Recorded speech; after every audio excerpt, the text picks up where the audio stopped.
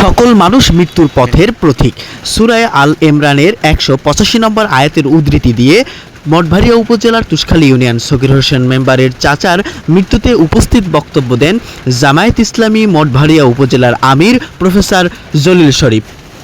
আসসালামু আলাইকুম ওয়া রাহমাতুল্লাহি ওয়া বারাকাতুহু। সমস্ত মানুষই মৃত্যুর পথের পথিক। আল্লাহ তাআলা সূরাতুল ইমরানের ১৮৫ নম্বর আয়াতের শুরুতে বলেছেন, কুল্লু নাফসিন যায়িকাতুল মাউত, প্রত্যেক প্রাণীকে মৃত্যুর স্বাদ গ্রহণ করতে হবে। এই সূরারই ১০২ নম্বর আয়াতের মধ্যে বলছেন, ইয়া আইয়ুহাল্লাযীনা আমানুত্তাকুল্লাহ, ও ঈমানদার লোকেরা, তোমরা আমি আল্লাহকে ভয় করো যেরকম ভয় করা উচিত। হাক্কা তুকাতিহি ওয়ালা তামুতুন্না ইল্লা ওয়া আনতুম মুসলিমুন। মুসলমান হয়ে মরতে বলছেন, যেহেতু বৃষ্টি জোরে নামতেছে, কর্তৃপক্ষের সিদ্ধান্ত মোতাবেক এখনই আমরা জানাজার নামাজে হাজির হব। সবাই কাতার সোজা করে দাঁড়িয়ে। এ সময় আরও উপস্থিত ছিলেন জামাতের অন্যতম নেতা ডাক্তার আফজাল হোসেন এবং বিএনপির অঙ্গ সংগঠনের অনেক নেতৃবৃন্দ।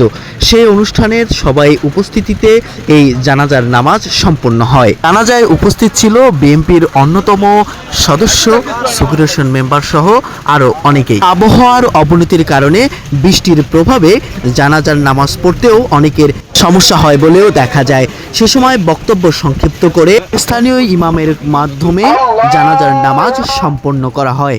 বৃষ্টি এবং আবহাওয়ার অবনতি হওয়ার কারণে জানাজার নামাজ সড়কেই অনুষ্ঠিত হয় এবং পরক্ষণে তাদের পারিবারিক কবরস্থানে তাকে স্থানান্তর করে দাফন করা হয়।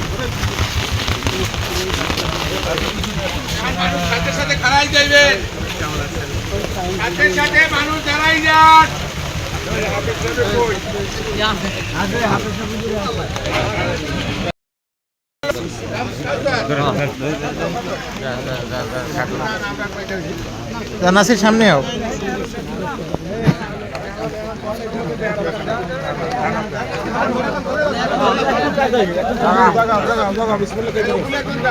আস্তে সমান ভাবে লান, সমান ভাবে লান। সমান হয় নাই।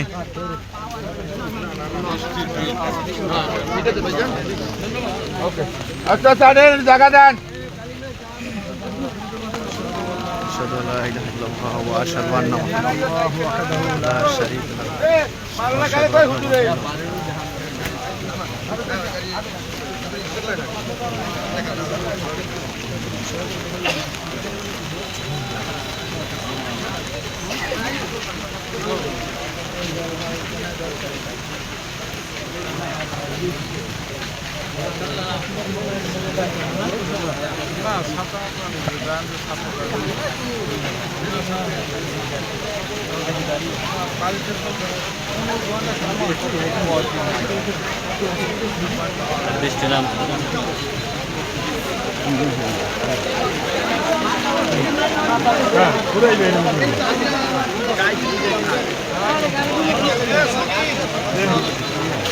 আমার একটু ল না হয়, কভার করতে পারতেছি না,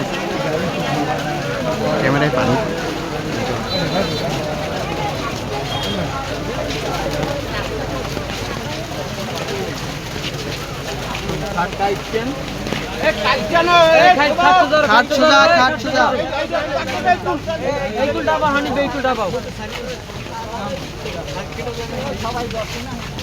মানুষের তো অহংকার আর অহংকার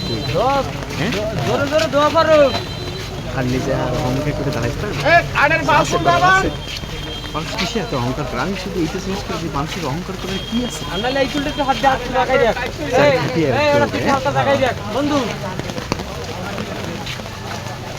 ভিডিওটা করে কিন্তু নিজের ভিতরে রক্তক্ষরণ হচ্ছে, আসলে এটাই তো লাইফ।